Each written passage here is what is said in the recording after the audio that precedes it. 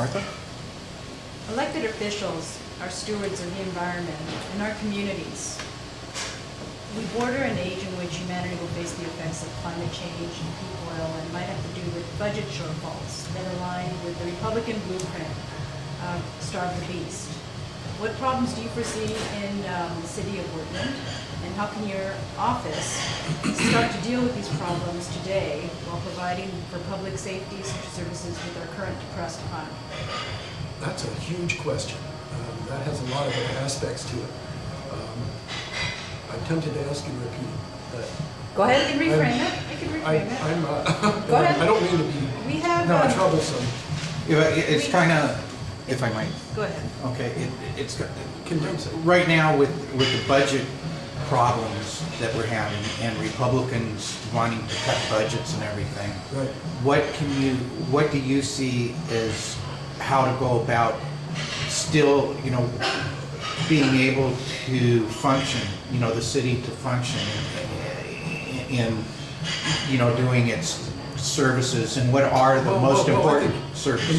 The most important issue in this regard in Woodland today is the sales tax measure. I mean, that represents the sort of question concisely, that you're asking. And the sales tax is a pivotal civic exercise for Woodland. It's where Woodland gets to stand up and recognize what its commitments to the civic interests are, And you support the sales tax? Oh, absolutely. Okay. I supported the sales tax since before it was adopted by the city council. Okay. I wondered why they took so long to actually adopt it. I mean, they actually postponed it for a while because they wanted to chew it over, and it seemed to me to be automatic. And they should show confidence in the community a little bit more. There's been some queasiness about this. I attended the first Chamber of Commerce meeting and brought along some other political assistants to that meeting to try to create a feeling on the Chamber of Commerce that they should seriously consider this issue. And should not just knee-jerk their usual probably tendency to no tax, it's a tax, we don't want it, and think about the consequences for the community, truly, if this does not pass. Because their interests are interwoven in the community in a way that they're going to suffer. We're on the knife's edge a little bit right now in a couple of very serious ways. And if this goes the wrong way, then we'll see the public will get a better understanding of the consequences. So I think it's important to promote the sales tax. In fact, if you'll see on my ballot statement, I spent the last 3 lines on the ballot statement referring to the sales tax measure, how we should support sustainable Woodland sales tax program. Reasonable local sales tax improves our community. So we should support our library, public safety, parks, and recreation. We need to create a better consciousness in Woodland.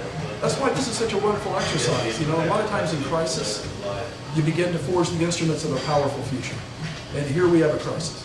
If Woodland can rise up and meet this crisis and adopt the sales tax in the face of people like Rex Road saying, no way, Jose, we're going to show that there's a deeper civic understanding of the community than some people perceive. And so it's a wonderful opportunity. It's going to be a challenge, though, because there's a lot of people that there's a lot of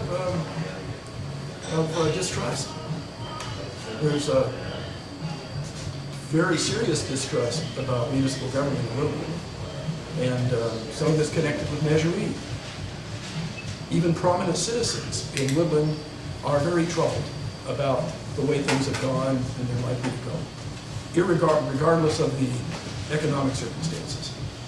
But the way the management of the civic apparatus is operating, there's a lot of distrust, and we're going to have to overcome that to convince the community that we mean business about preserving the essential core services that they depend upon.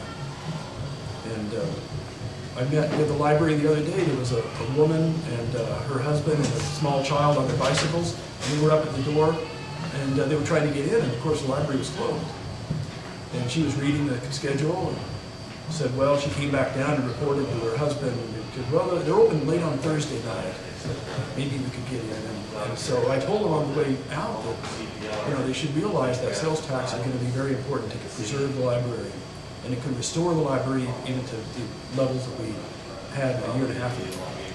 And so I said, otherwise it could close, or it could be severely reduced And the woman said, "Oh, no."